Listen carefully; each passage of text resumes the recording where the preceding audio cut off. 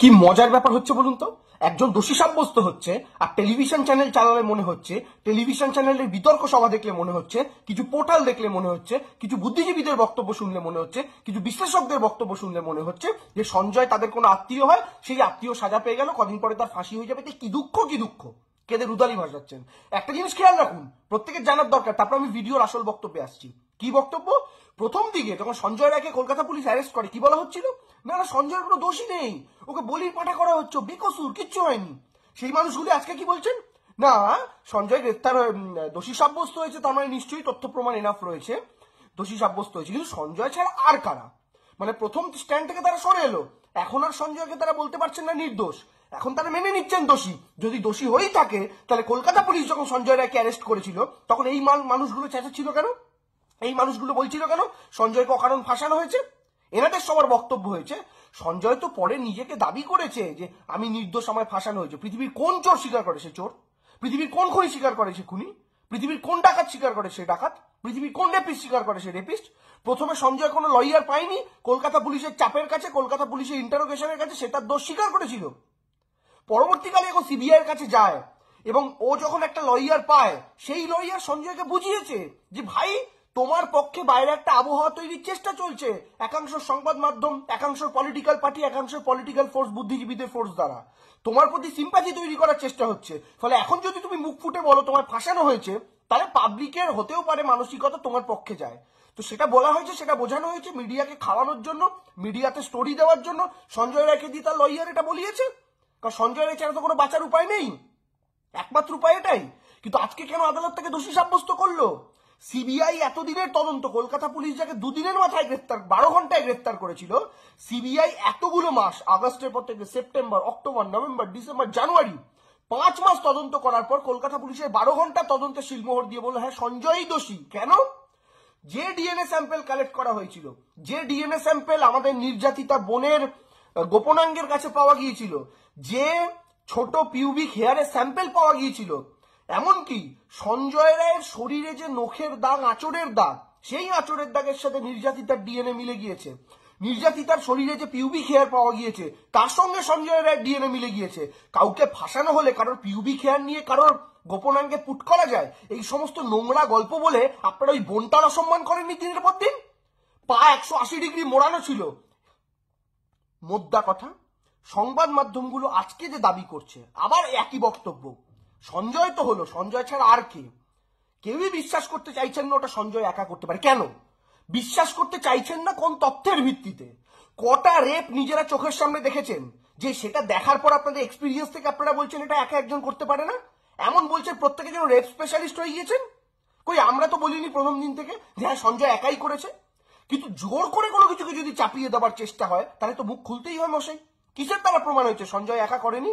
কি জিনিস প্রমাণ করেছে? কোন তথ্য প্রমাণের দ্বারা এটা প্রমাণিত হয়েছে? উল্টে সিবিআই তার চার্জশিটে এটা উল্লেখ করা আছে যে একার দ্বারাও এই অপরাধ ঘটানো সম্ভব। এটা বিশেষজ্ঞদের রিপোর্টে জেনে সিবিআই বলেছে একার দ্বারাও এটা ঘটানো সম্ভব।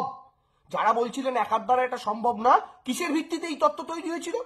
শরীরের এতগুলো হাড় ভাঙা, পা 180 ডিগ্রি মোড়ানো, চোখ দিয়ে রক্ত বেরিয়েছিল, all of this were fake news. সব কে দেখেছে চোখ দিয়ে রক্ত বেরোনো? কে? বডিটা আপনারা কেউ দেখেছেন? বডিটার ছড়িয়ে ছিটিয়ে পড়ে রয়েছে, নীল একটা কাপড় ঢাকা দেওয়া, ওইটুকুনি ছবি সোশ্যাল মিডিয়াতে ভাইরাল হয়েছিল, হোয়াটসঅ্যাপে ঘুরেছিল। এর বাইরে কেউ? নির্যাতিতার চোখ দিয়ে রক্ত বেরিয়েছে, তার পা 180 ডিগ্রি ঘোরানো, তার শরীরে এতগুলো হাড় ভাঙা, কোথা থেকে জানা গিয়েছে? হাউ? মানে একটু বুদ্ধি দিয়ে ভাবুন। ওই বডিটা পুলিশ উদ্ধার করে পোস্টমর্টম হয়েছে, পোস্টমর্টমের রিপোর্ট বলছে শরীরের কোনো হাড় ভাঙা ছিল না। যারা বলছেন শরীরের হাড় ভাঙা ছিল, এই তত্ত্ব যারা ছড়িয়েছেন, তারা কোথা থেকে জেনেছেন? তাই তো জানার কথা নয়, কারণ এই বডির সামনে তারা কেউ জাননি, তারা পোস্টমর্টমের সময় উপস্থিত ছিলেন না। তাহলে এই গল্পগুলো মার্কেটে আনলো কারা? এই গল্পের সোর্স কি? আপনি যখন কোনো কিছু বিশ্বাস করছেন তার সোর্স খোঁজার চেষ্টা করবেন তো। যারা এই গল্প বানিয়েছে চোখ দিয়ে রক্ত বেরিয়েছিল, যারা এই গল্প বানিয়েছে শরীরের হাড় ভাঙা ছিল, তারা কোথা থেকে জেনেছে? এবার মার্কেটে আপনি যখন মিথ্যা একটা বেস তৈরি করে দেবেন যে শরীরের না 30টা হাড় ভাঙা ছিল, এই বেসটা যদি আপনি স্ট্রং কংক্রিট দিয়ে তৈরি করতে পারেন, তাহলে তার উপরে আপনি পিলার তৈরি করতে পারবেন। যেমন বাড়ি তৈরি করার আগে ভিত তৈরি করতে হয়, ভিতের উপরে পিলার, পিলারের উপরে ছাদ, এইভাবে একের পর এক বিল্ডিং হয়। কিন্তু ভিত যদি স্ট্রং না হয়, পিলার দাঁড়াবে না। তাই এই মিথ্যা রটনার ফেক নিউজের বিল্ডিং দাঁড় করানোর জন্য, ইমারত দাঁড় করানোর জন্য একটা ভিত তৈরি করা হলো। ভিতটা কি? চোখ দিয়ে রক্ত বেরিয়েছিল, 180 ডিগ্রি পা ঘোরা ছিল, 150 গ্রাম সিমেন্ট পাওয়া গেছে, শরীরের 30টার উপরে হাড় ভাঙা ছিল। এই মিথ্যাগুলো কেন ছড়ানো হলো? These war base. এই মিথ্যাগুলো যখনই মানুষকে বিশ্বাস করিয়ে দেওয়া গেল, তার উপরে ইমারতটা তৈরি করা গেল। সুতরাং সঞ্জয় একা নয়, কারণ একা একজন মানুষ এতগুলো হাড় ভাঙতে পারে না, একা একজন মানুষের অত্যাচারে চোখ দিয়ে রক্ত বেরোতে পারে না, একা একজন মানুষের 150 গ্রাম ডিএনএ হয় না। অথচ পরবর্তীকালে জানা গেল সব ফেক, সব কটা মিথ্যা খবর। সিবিআই পরবর্তীকালে চার্জশিটে পর্যন্ত প্রমাণ হয়ে গেছে। আচ্ছা আমাকে একটা কথা বলুন তো, সঞ্জয় ছাড়াও আরো লোক থাকতে পারে, আরো লোক আছে, এই যেটাকে বিশ্বাসে প্রমাণ করে দেওয়া হলো, কিসের উপর ডিপেন্ড করে, কোন তথ্যের ভিত্তিতে? আমাকে একটা কথা বুদ্ধি দিয়ে বলুন, যুক্তি দিয়ে বলুন, এটা প্রত্যেকে ভাববেন বুদ্ধি দিয়ে। নাম্বার 1, যদি দুটো পয়েন্ট, যদি সঞ্জয়কে দিয়ে এটা করানো হয়ে থাকে, ঠিক আছে, তাহলে সঞ্জয় এতদিন সিবিআই হেফাজতে আছে।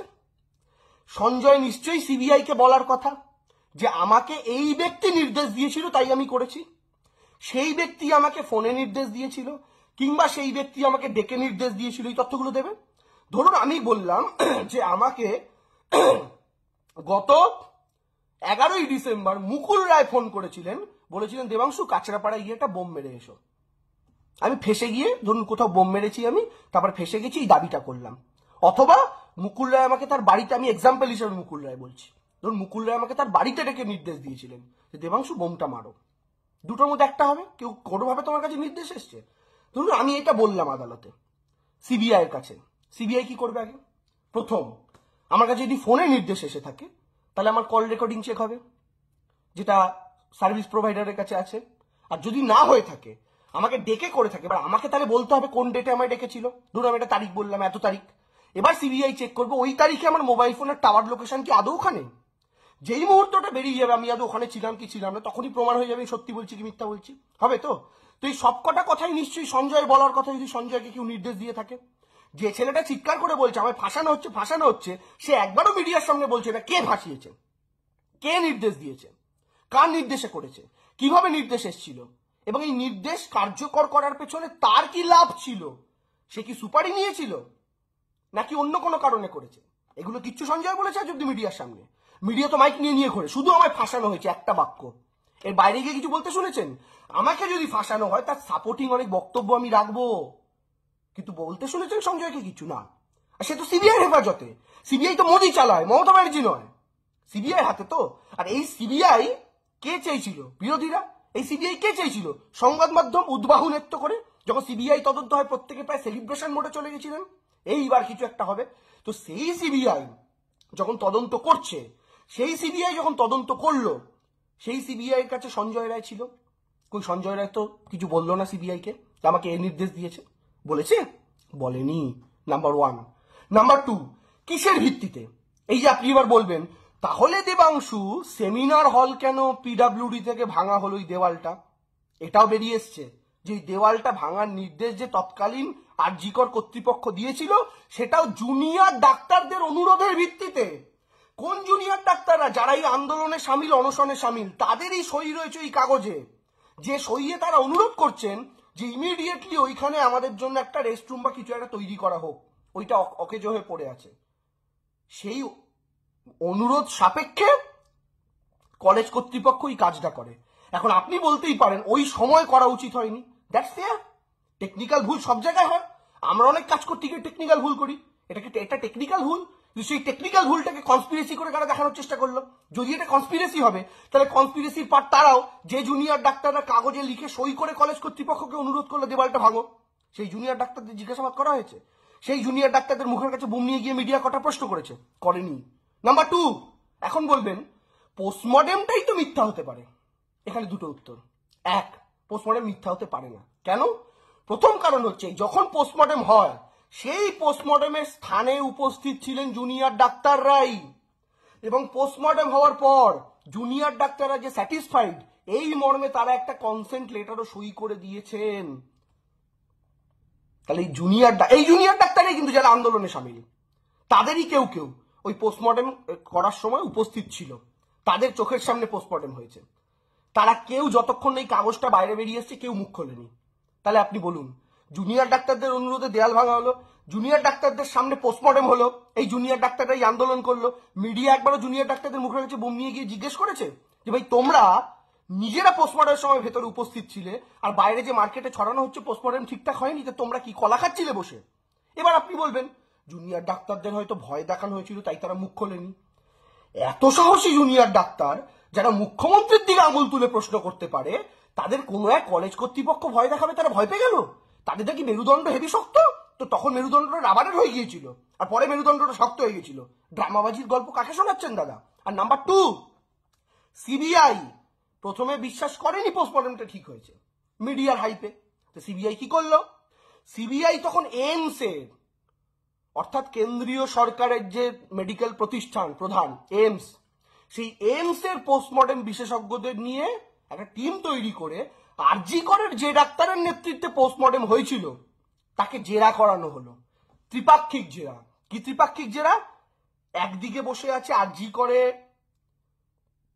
পোস্টমর্টম করা ডাক্তার, একদিকে বসে আছে কেন্দ্রীয় সরকারের এইমস এর ডাক্তার পোস্টমর্টম স্পেশালিস্ট, আরেকদিকে বসে আছে সিবিআই। 3 পক্ষ।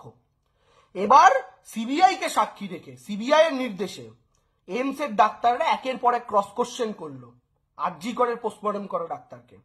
আপনি কি এটার পরে এই প্রসেস ফলো করেছিলেন? এটা করেছিলেন? এটাই কি বেরিয়েছিল? এটা কি?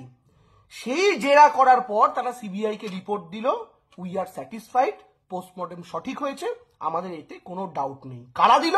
এইমস এর রিপোর্ট ডাক্তাররা। কাকে? সিবিআই কে। এইমস কার? মোদির। সিবিআই কার? মোদির। তাহলে এবার ভাবুন, যদি পোস্টমর্টমটাই ভুল হতো তাহলে এতদিনে আরজি করের পোস্টমর্টম করার ডাক্তারটাই অ্যারেস্ট হয়ে যেত। হয়েছে কি? হয়নি। তাহলে নাম্বার 1, পোস্টমর্টম করলো কে?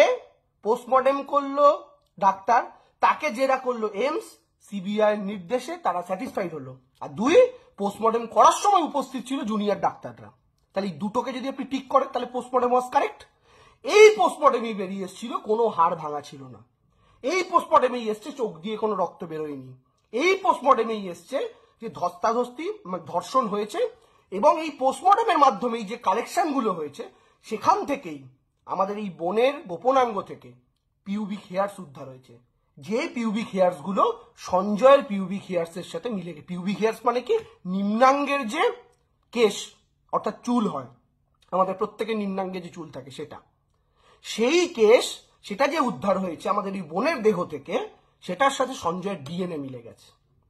এবং আরো অনেক কিছু, যে আপনার সিমেন্ট পাওয়া গেছে সেটার সাথে সঞ্জয়ের মিলে গিয়েছে, এমনকি সঞ্জয়ের পিঠে যে আঁচড়ের দাগ আগেই বললাম, সেই আঁচড়ের দাগ যে আমাদের এই বোনেরই নখের, সেটা প্রমাণ হয়ে গেছে। অর্থাৎ গোটা ঘটনায় আরো অনেকজন জড়িত আছে বলে একের পর এক মিথ্যা খবর তৈরি করা হলো।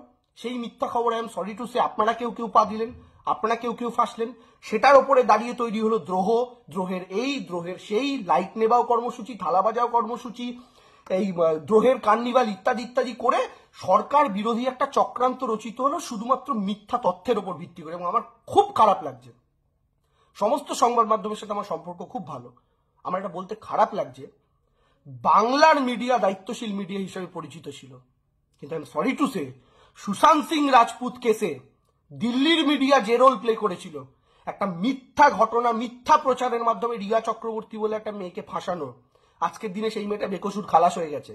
তার প্রায় 4-5টা মাস জ্বালিয়ে নরক করে দিয়েছিল, সেই মেয়েটা সুইসাইড করেনি, হ্যাটস অফ টু হার। আমরা কেউ থাকলে হয়তো পারতাম না টলারেট করতে। সমস্ত মিডিয়া তাকে, তার মানুষকে তার বিরুদ্ধে খেপিয়ে তুলেছিল। আজকে সেই ঘটনা যা হয়েছিল বাংলায় আরজি কর কেসে তার রিপিট টেলিকাস্ট হলো। আমার মনে আছে একটা জনপ্রিয় টেলিভিশন 1 নম্বর চ্যানেলের, সেখানে কোন এক প্রাক্তন সিবিআই কর্তা তিনি বসে সঞ্চালকের সামনে তার যুক্তির সপক্ষে রেফার করছেন, আমি সোমা বলছি বলে যে ফেক অডিওটা, সেটাকে রেফার করে তার যুক্তি সাজাচ্ছেন। ইনি নাকি সিবিআই অফিসার ছিলেন, যিনি একটা ফেক অডিওর ভিত্তিতে তার যুক্তি সাজান। একবারে তো প্রশ্নটা করলেন না যারা এই ফেক অডিওগুলো তৈরি করেছে, জানো তো এই হয়েছে, ওর বন্ধুরা সব ছিল, এই ছিল, এরম ভাবে পা ভাঙা ছিল, এই যে অডিওগুলো ভাইরাল হয়েছে, আপনাদের মনে একবারও প্রশ্ন জাগলো না যে এই অডিও যারা তৈরি করলো তারা কি করে জানলো? আর তারা যদি এত জানবেই তারা সিবিআই কাছে গেল না কেন তথ্য দিতে মুখ ঢেকে?